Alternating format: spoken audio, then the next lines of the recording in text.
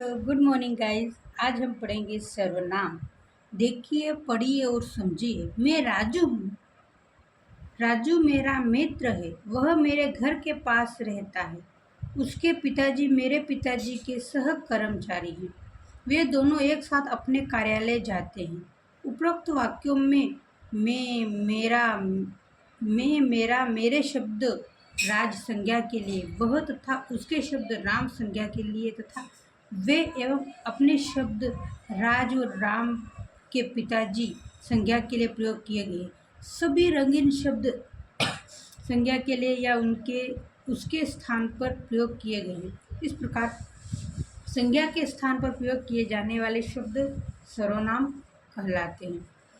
सर्वनाम शब्द पुल्लिंग तथा स्त्रीलिंग दोनों के समान रहते हैं, किंतु उनकी क्रिया का रूप बदल जाता है। जैसे लड़का, वह गा रहा है। लड़की, वह गा रही है। सर्वनाम के दो रूप होते हैं। एक वचन, मैं, तुम, वह, यह, इसे, उसे। बहुवचन, हम, तुम, सब, वे, ये, इन्हें, उन्हें। सर्वनाम के भेद। सर्वनाम के 6 भेद हैं।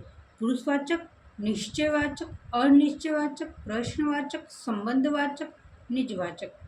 पुरुषवाचक सर्वनाम, जिन सर्वनाम शब्दों का प्रयोग बोलने वाला वक्ता अपने लिए, सुनने वाले के लिए, श्रोता या अन्य व्यक्ति के लिए करता है, वे पुरुषवाचक सर्वनाम कहलाते हैं। जैसे मैं, तुम, वह आदि।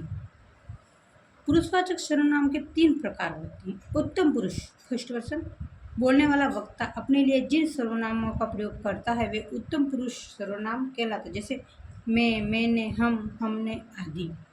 मध्यम पुरुष, मध्यम पुरुष, बोलने वाला वक्ता सुनने वाला श्रोता के लिए जिन सर्वनामों का प्रयोग करता है, वे मध्यम पुरुष सर्वनाम कहलाते हैं। जैसे तू, तुम, तुम्हारा, आप, आपका आदि। अन्य पुरुष, बोलने वाला वक्ता या सुनने वाला श्रोता किसी अन्य व्यक्ति के लिए जिन सर्वनामों का प्रयोग करता है, उन्हें अन्य पुरुषवाचक सर्वनाम कहते हैं। जैसे वह, वे, उसे, उन्हें आदि। निश्चयवाचक सर्वनाम, जिन किसी निश्चित वस्तु या प्राणी की ओर संकेत करने वाले शब्द निश्चयवाचक सर्वनाम कहलाते हैं। जैसे वह मेरा कंप्यूटर है। वे मीरा के पिताजी हैं। उपयुक्त वाक्य में यह तथा वे कंप्यूटर और पिताजी की ओर संकेत कर रहे हैं, अतः यह निश्चयवाचक सर्वनाम है। अनिश्चयवाचक सर्वनाम, जिन शब्दों का प्रयोग किसी अनिश्चित प्राणी या वस्तु के लिए किया जाता है, वह अनिश्चयवाचक सर्वनाम कहलाते हैं। जैसे कोई दरवाज़ा खटखटा रहा है। चाय में कुछ गिर गया। उपयुक्त वाक्यों में कोई और कुछ अनिश्चयवाचक सर्वनाम है। प्रश्नवाचक सर्वनाम, जो शब्द प्रश्न पूछने के लिए प्रयोग किए जाते हैं, वे प्रश्नवाचक सर्वनाम कहलाते हैं। जैसे आप कहाँ जा रहे हैं, यह क्या है। उपयुक्त वाक्यों में कहाँ और क्यों का प्रयोग प्रश्न पूछने के लिए किया गया है, अतः यह प्रश्नवाचक सर्वनाम है। संबंधवाचक सर्वनाम, जिन शब्दों का प्रयोग वाक्य में प्रयुक्त अन्य सर्वनाम या संज्ञा शब्द से संबंध बताने के लिए किया जाता है, वे संबंधवाचक सर्वनाम कहलाते हैं। जैसे जहाँ डाक खाना है, वहीं मेरा घर है। जैसा करोगे वैसा भरोगे। उपयुक्त वाक्यों में जहाँ, वहीं तथा जैसा, वैसा परस्पर संबंध बताने का कार्य कर रहे हैं, अतः ये संबंधवाचक सर्वनाम है।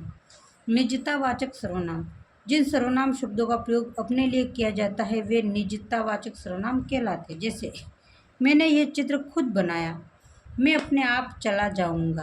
उपयुक्त वाक्य में खुद तथा अपने आप शब्दों का प्रयोग कर्ता ने अपने लिए किया है, अतः ये निजवाचक सर्वनाम है।